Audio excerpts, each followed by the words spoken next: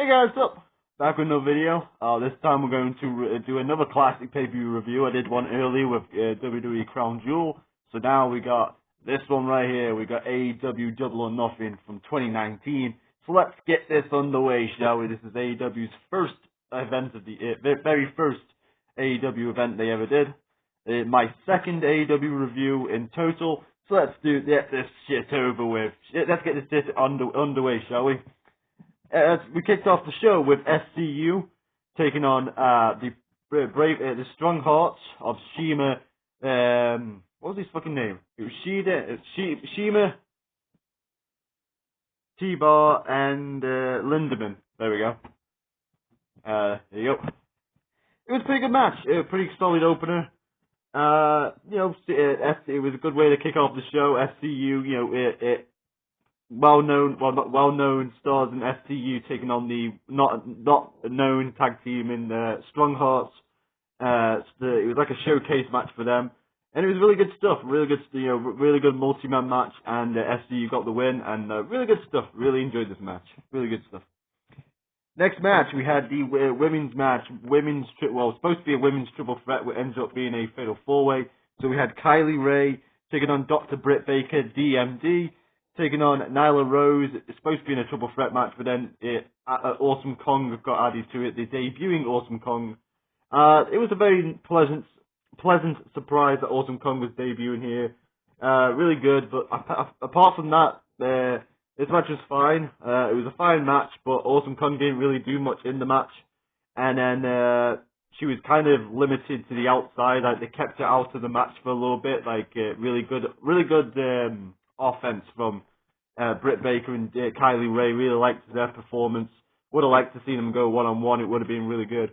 But, Nyla Rose had her moments too, and it was really good stuff. So, fine match, and Dr. Britt Baker was able to win, which I was kind of surprised because I totally forgot who won this match. So, it's kind of like, I thought Kylie Ray had won because I remember her getting a little bit of a push at the start of AEW before leaving AEW to go to Impact in like 2020, I think it was. So, yeah.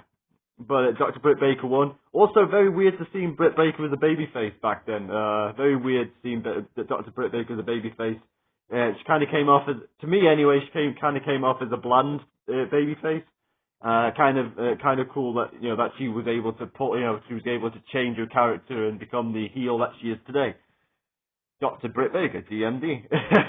So yeah, it was a fine match. It was okay. Then we had the next match, which was the Best Friends versus Jack Evans and Angelico. It was an okay match. I didn't really care too much about it. The Best Friends got the victory. There was nothing wrong with the match. It just, to me, maybe it was how they've been presented since this pay-per-view. I feel I didn't really care too much about the match. Best Friends are just there, and Angelico and Jack Evans never really got anywhere apart from being Matt Hardy's cronies. So didn't really care too much about this match, but it was they still had a solid performance. Still a good match, but I didn't really care too much about the outcome of the match. And of course, after the match, Best Friends got the win. And then after the match, the original Dark Order of Stu Grayson and Evil Uno and the Minions debuted and attacked everyone and laid them out, and that was kind of a weird one. Yeah, so it was kind of weird.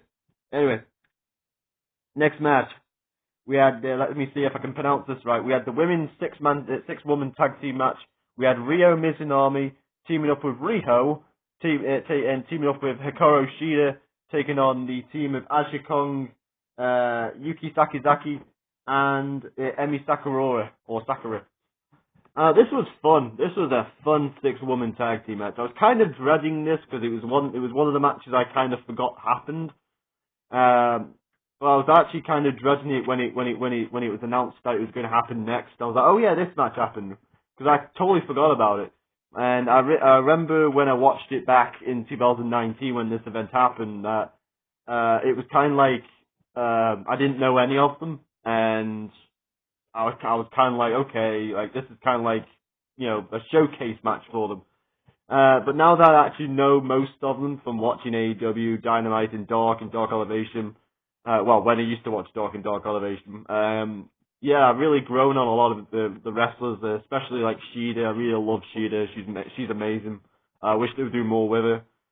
Insert name wrestler here. Wish they would do it. We wish they would do more with them.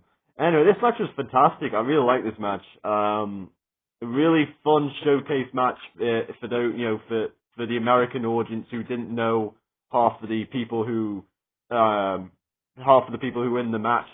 I know Aja Kong didn't really stay with AEW that long after this. She went back to Japan, so yeah, pretty cool stuff. I really like this match, and the team babyfaces win, and always a big fan when Shida wins.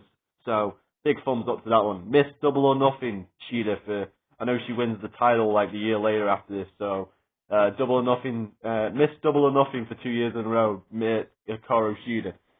Good stuff. Oh my God! Speaking of good stuff, I've just had a look at what's next.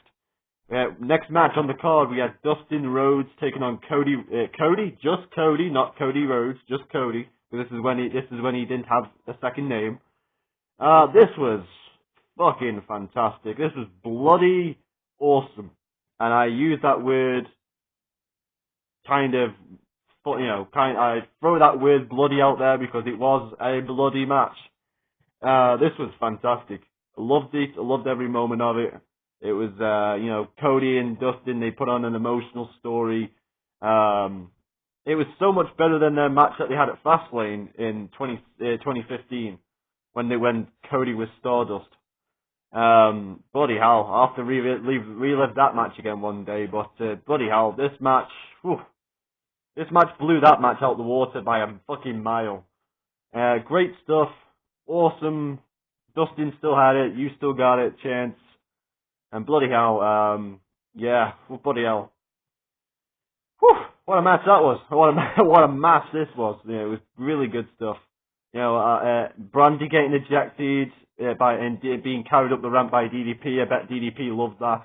I had a funny joke to myself when DDP came out and carried Brandy to the back. I was like, oh, he's going to make us do some DDP yoga. I know, it's not that funny, but, it is what it is. I thought it was funny. I gotta entertain myself sometimes. So it was a pretty awesome match. I love this match. Very bloody. Dustin bled a bucket, and it was fucking tremendous, man. I can't think of anything bad to say about this match. It was so fucking awesome, and Cody got the win. And then the embraced afterwards, and Cody and Dustin went on to take on the Young Bucks at was it Fight for the Fallen in July? Yeah, it was Fight for the Fallen. So yeah, that was pretty cool. Anyway, next match we had. First off, after that we had Bret Hart revealing the AEW World Championship. Pretty cool. Didn't really care too much about that segment. Just felt like a waste time filler. Then we had the next match. We had the Lucha Brothers taking on the Young Bucks for the AAA Tag Team titles. As I said in my AEW All Out 2021 review, the Young Bucks and the Lucha Brothers can't have a bad match. This was no different. They had a solid, awesome, fantastic, words can't describe match. Awesome stuff. The storyline was built on the fact that the Young Bucks hadn't wrestled for a while, so they had a little bit of ring rust, and they had to kind of regroup a lot and kind of be the underdog, and they ended up overcoming the odds and beating the Lucha Brothers, who had been wrestling all over the place, like with Impact Wrestling and all over the place in Mexico, and So, pretty awesome match. I love this match. Anytime you get me the Lucha Brothers versus the Young Bucks, I know I'm in for a good ride. And this was no different. And it's one of those matches where I don't have to say much when it comes to it. It's just like, yep, Young Bucks, Lucha Brothers, yep, okay. I know what that's going to be. It's going to be good. And this one was no different. Fun stuff, and the Young Bucks were able to pick up the victory to retain the tag team titles. And we move on to the main event of the evening. We had Chris Jericho taking on Kenny, by God, Omega. In the main event, the winner of this match will take on Hangman Page at All Out to determine the first ever AEW World Champion. And this was a solid matchup. When I realized there was like 30 minutes left on the card, I was like, oh, this is gonna be typical Jericho, going a long time. But it was very solid, man. Like he broke Kenny's nose. I think Kenny had a lot of blood coming from his nose, so I think it was a broken nose. There was tables involved. It was fucking awesome. A tremendous solid way to end this great pay-per-view.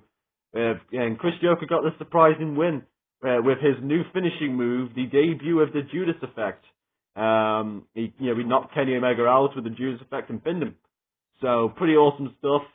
And then afterwards, after the match, Jericho wanted a thank you from the AEW audience for him being there, basically. And we had the debut of Jon Moxley, which was fucking fantastic. And we go from there, being great. Jon Moxley attacked Kenny Omega and Chris Jericho. He had a brawl with Kenny Omega, basically leading to their feud in later 2019. And a very solid. And Jon Moxley ended the show being awesome. Jon Moxley ended the show basically standing on top of the world and making a statement like, this is AEW. And it was a fantastic way to end the show, in my opinion. Solid show, man. Awesome. From top to bottom. Apart from a couple of matches, like the second match and the third match with, the best friends match and the women's 4-way, which I didn't really care about too much, but it was still fun, still a fun match, but it was just, I didn't care about some of the participants involved. But apart from that, very solid match, very solid night, very happy, awesome stuff. And I'm going to give this a 9 out of 10. Very high praise for this show, man. Very high praise. Really love this show. It was the exact show that AEW needed to get it start this new era of AEW. It was the first show of AEW, and it was exactly what AEW needed to kickstart their place in professional wrestling. Really good stuff. Can't say anything bad about it. Well, apart from the not caring about the 2 matches. Apart from that, really good stuff.